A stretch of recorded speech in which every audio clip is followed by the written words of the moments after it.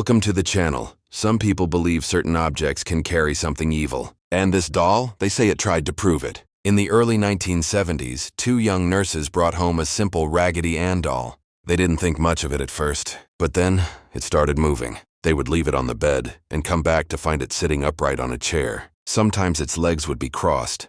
Other times it would be in a completely different room. At first they thought it was a prank, until the notes appeared. "Help me," written in pencil, on pieces of paper they didn't even own. That's when they contacted paranormal investigators Ed Warren and Lorraine Warren. After examining the apartment, the Warrens came to a disturbing conclusion. They said the doll wasn't possessed by a child. It was something pretending to be one, something trying to gain trust. According to them, the entity was inhuman, and it wanted permission to move into one of the women. But things got worse. A man who didn't believe the story picked up the doll and mocked it, laughed at it, treated it like a joke. Later that same night, he lost control of his motorcycle and crashed.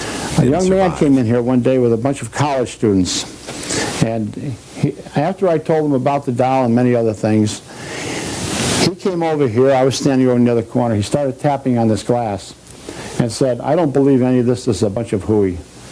He said, "If that doll can do anything, let it do something to me right now. Put a slash on me." I put him out of the building. He was on a motorcycle. 3 hours later, he was dead.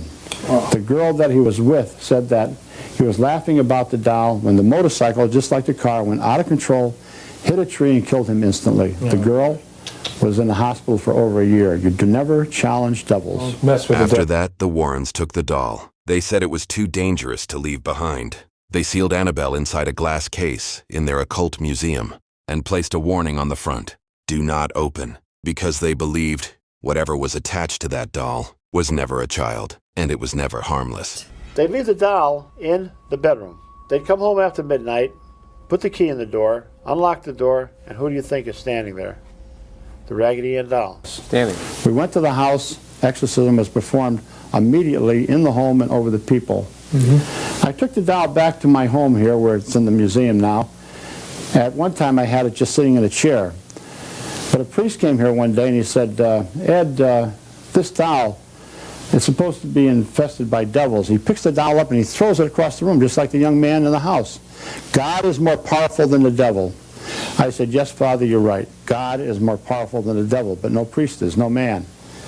On his way home in a brand new car on Route 84, the car went out of control, almost head on into a tractor-trailer truck. It was demolished and the priest was almost killed. The last thing he remembers seeing was that doll. You're in probably one of the most haunted places in the world because of the things that are in here. Everything in here has been taken from some place where people were either killed or maimed or so many ways. So it's tragic for me, you know, to even go in. People are very, very interested in the museum. And there's some people that are afraid to even go in. Right here is a conjuring mirror. Everything and anything in here we have investigated. Don't ever touch anything. And if you do, let me know. This is the worst thing in here. It's that doll. I'm not gonna stare at it though. So you can take the picture, but I'm not gonna stare at it because that has done bad harm on a lot of people. You have to conjure the spirits in order to get them. You know, you're not going to get them by just walking around here. And that's the one that's sort of depicted a little bit in this movie, correct? Yes, it is. Yeah. That's the Annabelle doll.